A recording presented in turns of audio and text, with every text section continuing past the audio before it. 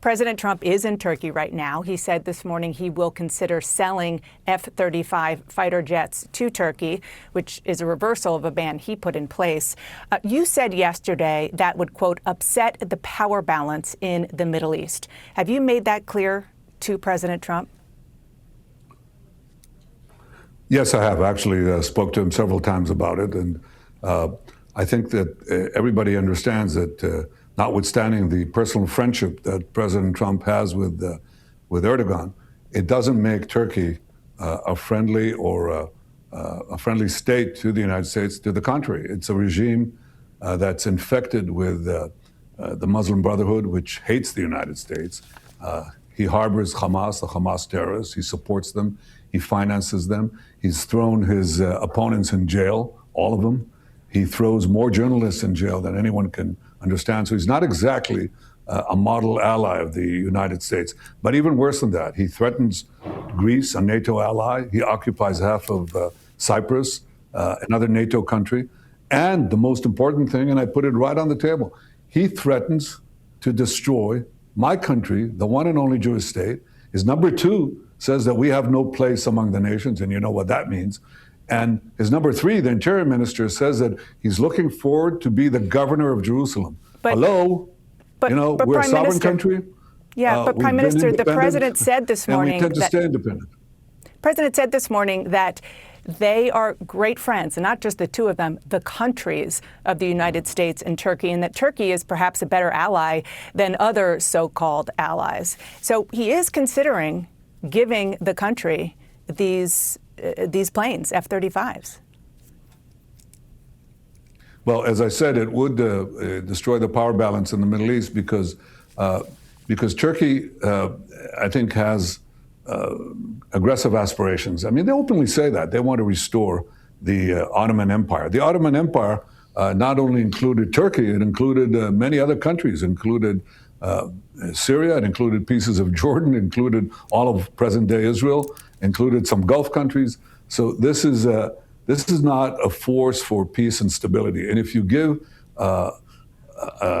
this kind of radical regime that admittedly smiles to America when it is necessary, or smiles to the president of the United States when it's necessary, when you give him that power, you're going to see aggression in its wake. I wouldn't do that. Prime Minister Netanyahu, the conversation that the president is having with Turkey today is just the latest in moves that he has made that are not making you happy. He obviously imposed ceasefires in Gaza, in Lebanon, on Iran. He made you turn fighters back from attacking Iran last summer. He's told you what you can and can't do in Hezbollah. Who is calling the shots for Israel? I think there's a wide misperception of everything you said, because a lot of these things, some of them were not true, and some of them were agreed in advance. And some of it, yes, we had occasional disagreements. Look, he is the president of the United States. He does what is good for the United States. I'm the prime minister of Israel. I do what is important for what is good for Israel. And most of the time, these things are identical. I have to commend the president. He brought a huge American force to counter our common enemy, which is Iran, that chants death to Israel, death to America. Had they developed nuclear weapons, if we hadn't acted, they would have them already. They would eventually use them against America, not only against Israel.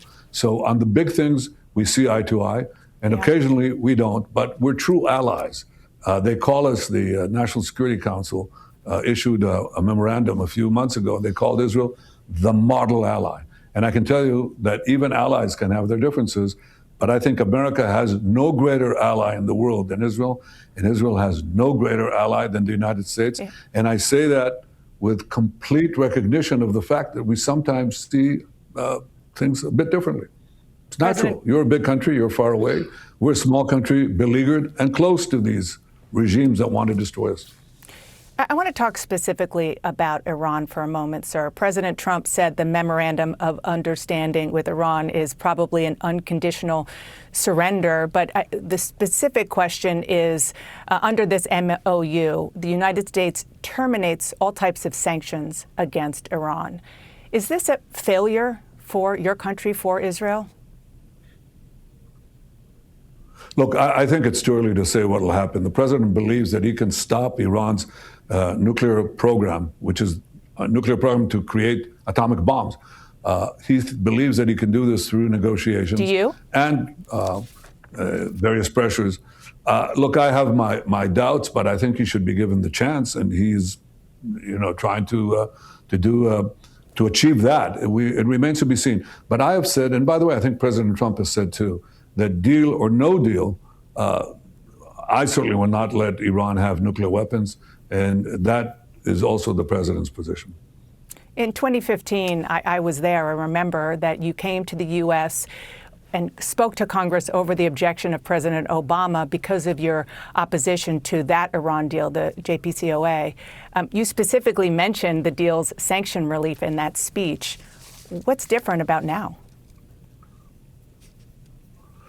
I think Iran, look, our combined action, the U.S. and Israeli action today destroyed, I think the lowest estimates are $400 billion of the regime's infrastructure, and some say as much as $750 billion or even $1 trillion. So I think what is being discussed now are very small numbers. Admittedly, any number is a high number as far as countries like Israel and others see it, but it's not going to allow Iran to reestablish itself. The question remains, at the end of the negotiations, if there's a deal struck, then you have to see, does the deal actually meet the main goals? The most important one being ending Iran's nuclear program, taking out the enriched material, dismantling the enrichment sites, and there are other things that have to do with proxy warfare and ballistic missiles. If it achieves that, then yes, Iran will get sanctions relief, and that would help the regime resuscitate itself. But I don't see that happening yet, and I hope that the president will do exactly as he promised to do, to make sure that Iran does not have a nuclear weapons program. The issue of supporting Israel as a Jewish state and just U.S. support for Israel overall, they have become a central issue in American politics, really a litmus test right now in Democratic primaries here in the U.S. I want you to listen to how the mayor of New York City responded when he was asked if he supports Israel as a Jewish state. I've said time and again that I support the state of Israel as a state with equal rights. I believe that any state that preferences... But as a Jewish state is the question. I think any state that privileges one religion over the other is one that I can't tell you I support, whether it be Israel or Saudi Arabia or anywhere else. And a lot of that comes back to a fundamental belief that we should all be considered equal no matter what our faith is. Your response? Well, he conveniently forgets that the only democracy in the Middle East is Israel. 20% of our citizens are, in fact, Muslims. They're not Arabs, but they sit on the Supreme Court. They're in the Knesset, our parliament. They share every walk of life. That's the only place in the Middle East where you actually have this equality that he's talking about. But he has supported, or his supporters have supported Hamas, these people who murder people, who beheaded our men, who raped our women, and then murdered them, burned babies alive, and so on. He said, the river to the sea, he supports them. This is not mere cynicism. I mean, it's ridiculous. It's absurd. There are always imperfect democracies. Israel is an imperfect democracy. The United States is an imperfect democracy. Why? Because we live in the real world.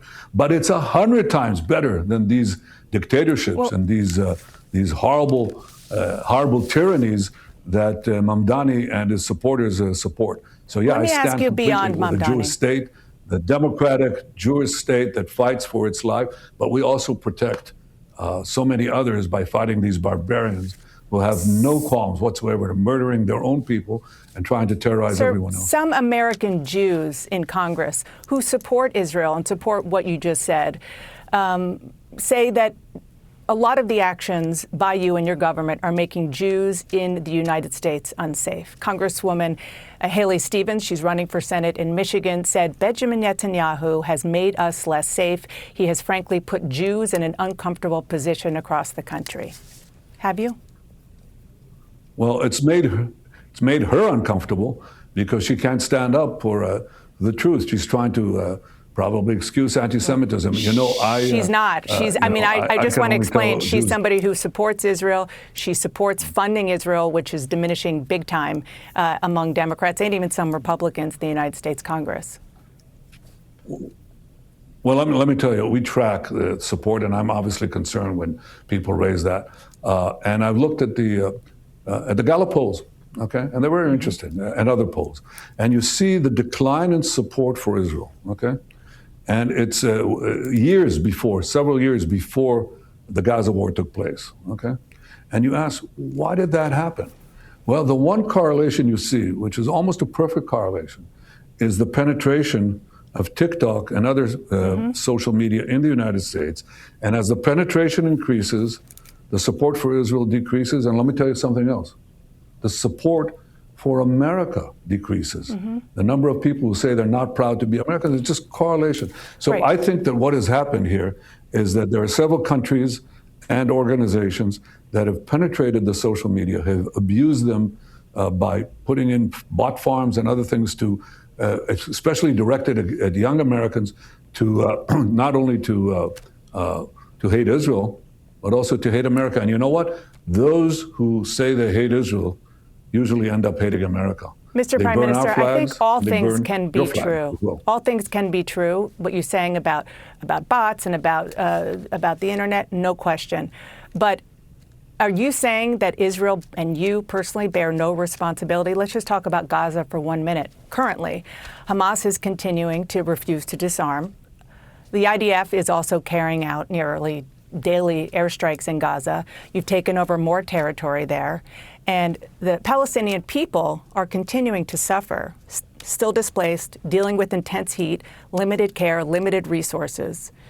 Will you do more to help those suffering in Gaza? And will you concede that the images that people are seeing on their phones as part of social media is very much contributing to the turnaround and the diminishment of support of your state of Israel and of you? Yeah, look, I think that what you're raising is, how do you fight a war in the digital age when when you have terrorists that embed themselves in civilian populations, in schools, in civilian neighborhoods, in apartment blocks, in mosques, and so on? How do you fight them? They send rockets to indiscriminately kill our people, and they hide behind, they're targeting our civilians while hiding behind their own civilians. So what are you going to do? What do you think would happen if this happened to New York City, say from New Jersey?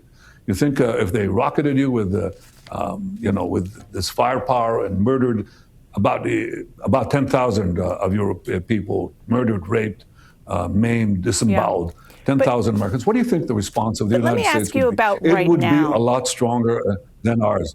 Yeah. But I'm going to say right now, but I think it's important. I think it's important. We have taken unbelievable measures in order to avoid civilian casualties. We send millions of phone calls to the people, millions of text messages and so on. Please leave this neighborhood because we're going to try to eradicate Hamas. And Hamas. No, I'm talking about, ceasefire I'll talk about in a minute. Well, obviously there's no real fighting going on. There are occasional actions that they try to do against us and we do against them, but it's not the kind of broad warfare that we had before. Everybody understands that. But I still come back to this point, Dana, and I insist on it because people say, Israel, how dare you? How come civilians are killed? Because Hamas did not let the civilians leave. And when they try to leave at our behest, they would shoot them. They would actually kill their own people in order to keep them in a place where they would be injured by us. So when you have this cynicism and this horror, you don't support the terrorists. You support Israel because you will end up being in the same place exactly. We're not fighting just our battle, we're fighting your battle, both against Iran and its proxies, Hezbollah, Hamas, the Houthis. These people are bent on destroying our free societies. Will the ceasefire take hold? Using the media for that end. Well, look, it depends. Every time they try to kill our people, make a move on our people, obviously we act. But I think that the most important thing is the disarmament factor in the agreement, the 20-point agreement that President Trump put forward. And the most important one is that Hamas has to disarm and Gaza has to be demilitarized. You know, it's going to happen one way or the other. I preferred that it would happen without the need for the use of force and the need for our use of force, because Donna, I've been to war. You know, I served 5 years in a special unit. My brother died while saving hostages in Entebbe. I had an 18-year-old fellow soldier die in my arms. That's not something that you forget. And I saw the grief of my parents and the grief of so many others. So I would prefer, if we could avoid the renewal of open combat, yes, Yeah. I would prefer that. If we could achieve our aims of eliminating the Hamas threat from Gaza with other means, by all means. I know we're almost out of time, but I really do want to ask one final question about what's going on the West Bank. Violent attacks by Israeli settlers against Palestinians. Over the weekend, Israeli settlers in the West Bank raided and set fire to a restaurant. We have some photos that we're showing. I know, and I've heard you say these are just thugs. But my question is, if they're just thugs, why won't or can't you stop them? Well, we do actually. It's about 100. It's actually 150 or so.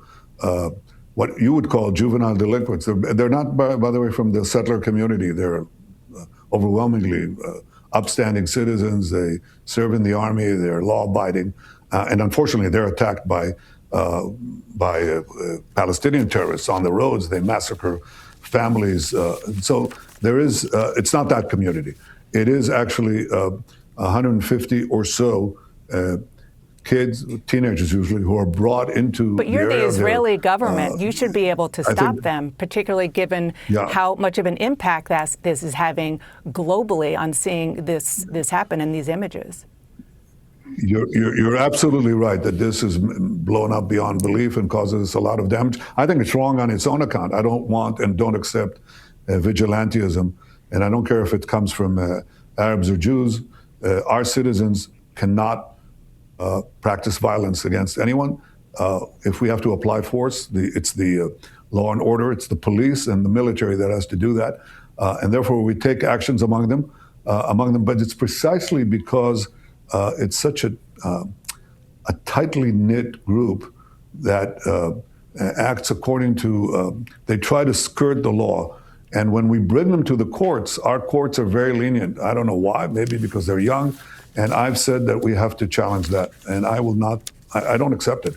But I want to put that in perspective. It's not the settler community, because the settler community condemns them. It's not the people of Israel, because we condemn them. It's not the government of Israel.